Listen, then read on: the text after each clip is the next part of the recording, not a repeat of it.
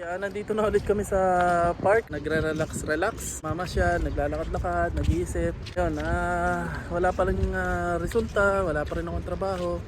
Naghahanap-hanap pa rin, nag-a-apply pa rin online at saka physical, walk-in. So lahat. And then gusto ko lang i-share sa inyo, ikwento sa inyo na yung una kong trabaho dito, ang dami ko rin natulungan mga kaibigan na naipasok sa trabaho. Sumali ako dun sa mga Singles for Christ, mga ganun, sa organisasyon.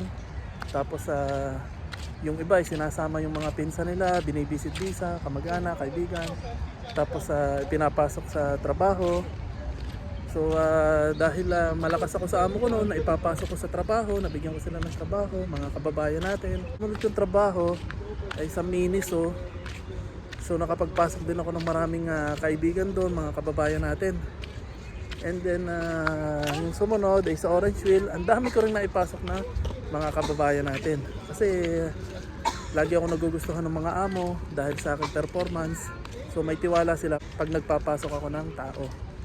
So ito na nga, itong lately, itong bago na company ko, 50% ng staff doon, ako yung nagpasok. Mga kababayan din natin lahat. So marami na akong experience na mga alam mo yun, lahat ng mga problema sa mga staff, sa mga ganitong sitwasyon. So hindi ko inakala na mangyayari sa akin itong ganitong bagay kasi parang napaka-imposible. Hindi ko alam na ano yun, parang out of this world o parang once in a blue moon na ewan, pangyayari. Pero may mga nakita na ako na ganito yung sitwasyon sa ibang tao. Sa ibang tao.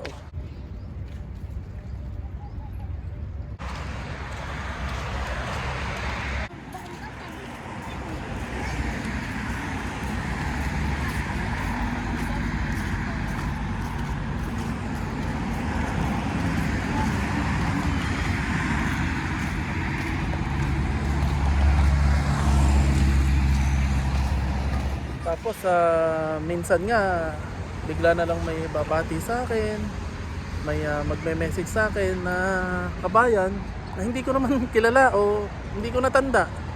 Tapos bigla na lang sasabihin sa akin o magkukwento na dati ko daw siyang natulungan. Ako daw yung kauna-unahang tumulong sa kanya. Yung iba naman, ako daw yung pumansin sa kanila, ako daw yung nag-alaga sa kanila nung una pa lang sila sa trabaho. Ako daw yung nagpasok sa kanila sa trabaho. Alam mo yon, sa sobrang tagal na, sa sobrang dami, nakakalimutan ko na yung iba. Pero sila, hindi nila ako makakalimutan kasi isa ako sa naging malaking parte ng buhay nila. Kaya hindi nila ako makalimutan. So nakakataba ng puso yon. Kaya kung tatanungin ako kung magiging masama akong tao o manager, mas pipiliin ko pa rin yung mabuti. Pero nandun pa rin yung balanse, which is pinapaliwanag ko na kulang sa kanila. At itong recent na pagyayari, talagang hindi ko maintindihan doon sa taong yon kung bakit niya nagawa kasi nga napakabait ko sa kanya. At yun ang naging weak point ko, yun ang naging kahinaan ko. Hindi ko alam yung iniisip niya. Hindi ko alam na papasok sa isip niya yun. So siguro nga totoo yung sinabi ng mga iba kong kasamahan sa trabaho na may problema talaga siya sa isip. Yun lang yung tanging paraan para makabalik siya ulit dun sa company namin. Kasi nga gusto niyang bumalik. Kasi plano niya nang hindi bumalik at umalis at maghanap ng ibang trabaho. Wala namang problema sa kanya yun kasi naka-sariling visa siya. So hindi siya magkakaroon ng problema anytime na umalis siya. Anyway, past is past. Kalimutan na natin yun. Huwag na natin pag-usapan. Ang pag-usapan natin ay yung kasalukuyang buhay at yung mga mangyayari at saka yung mga paraan para ma-solve yung problema. So hindi kailangan tapusin natin ang ating sarili para lang doon. Let's move forward. Hindi naman tayo pinababayaan ng mga kakilala ko dito, ng mga kaibigan ko, ng mga kamag-anakan ko. Hindi ako pinapabayaan ng Diyos. Pinapatumayan pa rin ako ng mga bagay na kailangan ko. Okay, so nung isang araw galing ako sa tiyuhin ko, naggala-gala kami. Pumunta kami dito sa simbahan dito. Alam nyo ba, Arab country to, UAE ito. Pero may isang lugar dito na first time ko napuntahan na may mga templo, 3 templo na magkakadikit. So templo para sa mga Muslim, mosque, templo para sa mga Jewish, synagogue, tapos yung templo para sa mga Kristiyano, which is simbahan. So sa simbahan, nagmimisa sila. So umattend kami ng misa doon, and it's very relaxing. Parang ang sarap, ang saya. At naka-attend ako ng misang yun. English yung misa. So ibang lahi yung nagmisa, tapos iba't ibang lahi din yung umattend ng misa. Pero yung mga kumakanta doon, yung mga nag-organize, yung mga asheret, halos lahat Pilipino. So nakakatuwa lang na isipin na ganun. Napakarami ko nang natulungan Pilipino dito.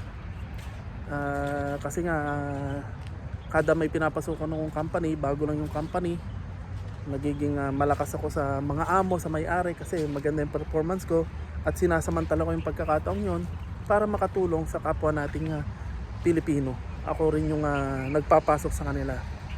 Mga kakilala ng kakilala ko, kaibigan ng kaibigan ko, mga dati ko nang nakasama sa trabaho na yun, pag mas maganda yung opportunity sa napasukan ko, mas malaki yung sahod, ipinapasok sila, nire-recommend ko sila. So mas pipiliin ko pa rin yung mas maging mabuti sa kapwa kaysa sa masama.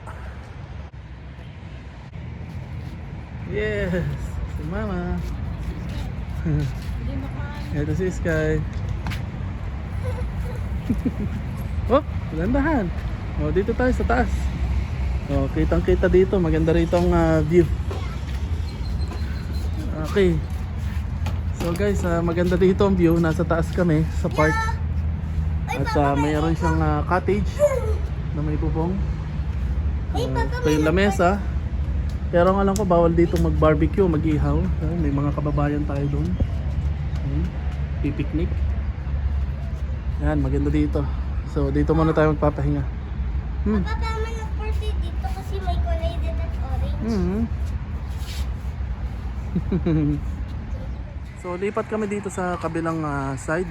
Parang mas maganda yung view dito kasi kita yung mga building, tapos nasa taas yung cottage niya. Oo nga, no? Dito naman sa kabila kita yung dagat. Dito tayo, kita nyo naman, kita yung mga building, maganda yung tanawin pag nandito ka sa pwesto na to. Ayun nga, no?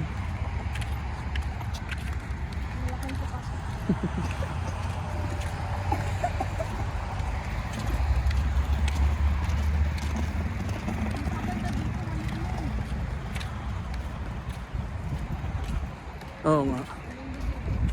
Okay, mas maganda dito, malilom kasi maraming puno. Ito yung cottage. Magandang pwesto dito. Tapos kita mo yung mga building. At dito nakaharap sa dagat. Papa, mas maganda pa dito kasi may mga puno. Mas pipiliin ko yung maging mabuti kaysa sa masama. Kasi pag umalis ako sa isang organisasyon o company, at least yung maririnig kong feedback maganda. Kasi experience ko na rin.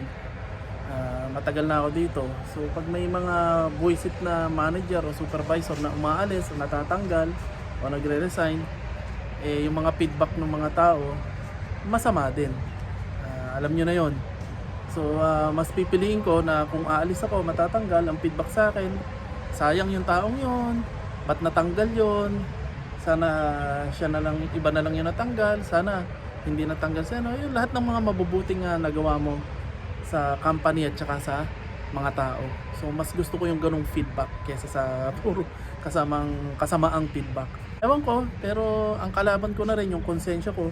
Masyado akong makonsensya, mabait, hindi ako makagawa ng masama kapwa Pilipino. Talagang hindi ko kaya. Kaya nga nung una, sabi ko sa sarili ko o sa ibang napagsasabihan ko na parang hindi ko kaya maging manager kasi hindi ako stricto. Mabait ako, sweet ako manager. Sabi nga nung isang manager sa akin, "You're so sweet." Hindi ka pwede maging manager.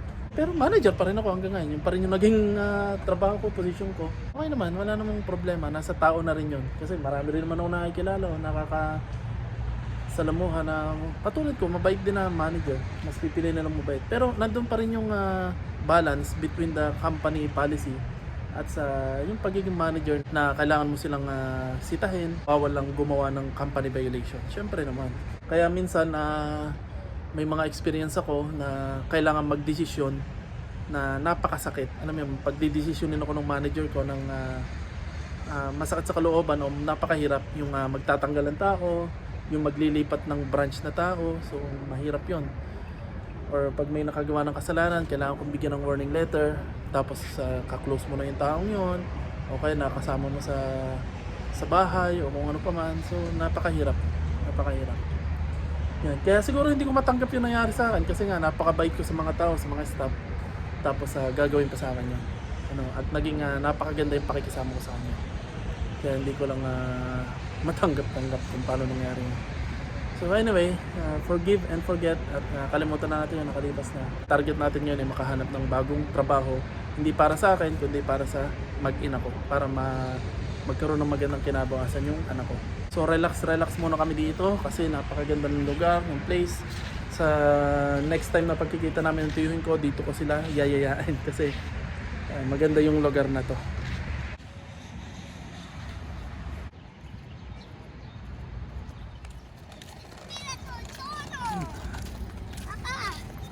Ganito ang tente sa Arabic. Mm-hmm.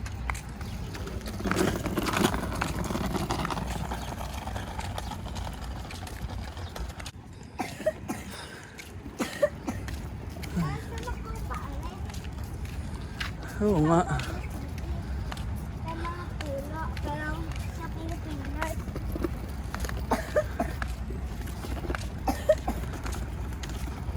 Yun, okay guys, nandito na ulit kami sa bahay. Kauwi lang namin. Tapos na naman yung aming isang araw. Hindi din naman maganda yung palipat-lipat ka ng company. Pangit din naman yung nag-i-skip ka sa mga company. Hindi maganda yon. May mga alam kasi ako at kakilala na palipat-lipat, pero hindi advisable yon at saka hindi maganda yon. Kasi unang-una, kapag nag-skip ka ng company, ang hirap sa susunod na interview kasi ano sasabihin mo sa interview? Bakit ka umalis sa previous job mo? So yun, mahirap yun. Pag-iisipan mo rin yun. Tapos wala kang gratuity. Kukunti yung gratuity na makukuha mo. Let's say 1 year lang, 6 months lang, o 2 years lang pag tinapos mo yung kontrata. So wala kang gratuity. Kukunti. Kumbaga yun yung end of service mo na makukuha. At tapos pag palipat-lipat ka, lagi kang magpapa-verify ng visa o kontrata sa embassy.